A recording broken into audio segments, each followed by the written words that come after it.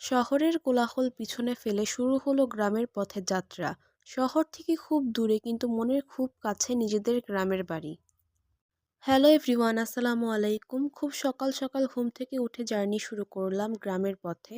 লঞ্চে উঠলে লঞ্চের ছাদে উঠে সময় কাটাতে বেশ ভালো লাগে। দীর্ঘ 7 ঘন্টা জার্নি করার পর আমরা লঞ্চ থেকে নেমে অটোতে উঠে বাড়ির পথে রওনা দিলাম। লঞ্চ থেকে নামার পর আমাদের নানু এসে আমাদের নিয়ে গিয়েছিল। লঞ্চ থেকে নামার পর সদরঘাটে নানা ভাইয়ের কথা খুব মনে পড়ে। নানা ভাই মারা যাওয়ার পর নানু এসে আমাদের নিয়ে যায়।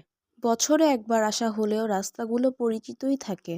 ঘাট থেকে বাসায় যেতে মোটামুটি 10 মিনিট সময় লাগে। অটো থেকে নামার পর 5 মিনিট হাঁটলেই গ্রামের বাড়িতে চলে আসি। যখনই অটো থেকে নামি তখনই মেন রাস্তা এসে সবাই আমাদের জন্য অপেক্ষা করে আর আমাদের নিয়ে যায়। এই জিনিসটা খুবই ভালো লাগে আমাদের কাছে। আমাদের যেহেতু আস্তে আস্তে দুপুর হয়ে গিয়েছিল, দুপুরে খেয়ে দিয়ে আমরা বিকালে সবাই অনেক মজা আর খেলাধুলা করছিলাম। আর বাড়ির আশপাশটাও ঘুরে দেখছিলাম। গ্রামের বাড়ির রাস্তায় হাঁটতে বেশ ভালো লাগে। এই ছাগল দুইটা আমার নানুর। নানা ভাই যখন ছিল তখন আরো বেশি ছাগল ছিল, কিন্তু নানু যেহেতু এখন একা তাই বেশি ছাগল সামলাতে পারে না। এবার এসে দেখলাম নানু ছোট ছোট সুপারি গাছ লাগিয়েছে।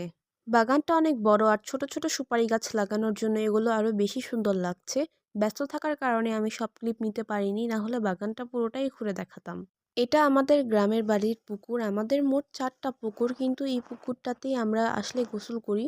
পুকুরটা বেশ বড়। পুকুরটার পাশে সময় কাটাতে অনেক ভালো লাগে।